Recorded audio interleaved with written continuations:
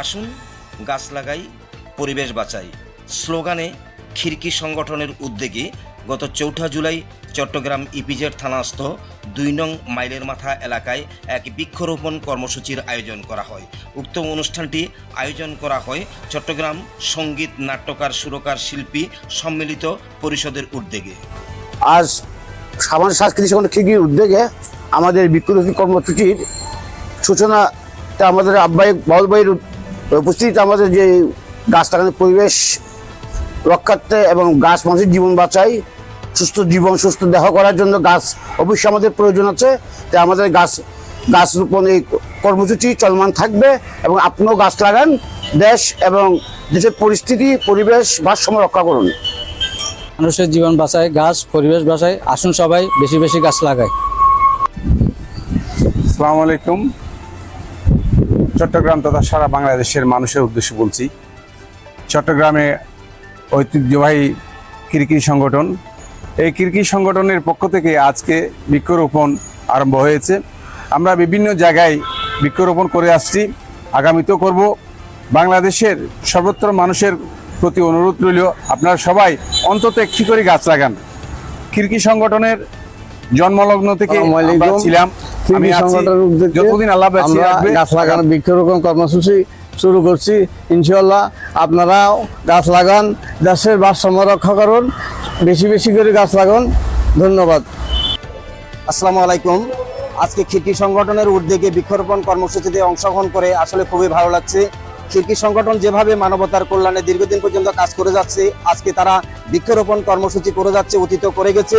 আমরা চাই খিড়কি সংগঠনের মতো বাংলাদেশে যতগুলো সংগঠন আছে, এমনকি সংগঠন ছাড়াও আমরা ব্যক্তিগত উদ্যোগে যদি বৃক্ষরোপণ কর্মসূচিতে অংশগ্রহণ করি, দেশ হবে সুন্দর, পরিবেশ হবে সবুজ, আমরা পাবো অক্সিজেন। এটাই কামনা করছি।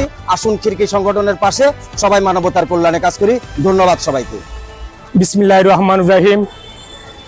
খিড়কি সংগঠনের উদ্যোগে আজ আমরা বৃক্ষরোপণ চালু করেছি। গাছ মানুষের প্রাণ বাঁচায়। গাছের সাথে থাকবেন, বৃক্ষরোপণ করবেন, আমাদের সাথে থাকবেন, আমরা সামনে জেনে এগিয়ে যেতে পারি।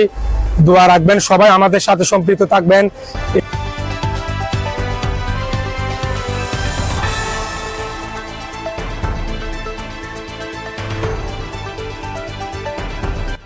খিড়কির উদ্যোগে আমরা দেশ সৌন্দর্য পরিবেশ রক্ষার্থে আজ যে উদ্যোগ নিয়েছে বৃক্ষরোপণের, আলহামদুলিল্লাহ সফল হয়েছে। খিড়কির উদ্যোগে যে এই কাজটা করতে পেরেছি, আমরা মনে করি আমাদের মতো করে প্রতিটা মানুষই বৃক্ষরোপণ করবে। আসসালামু আলাইকুম, সবাইকে অনেক অনেক শুভেচ্ছা।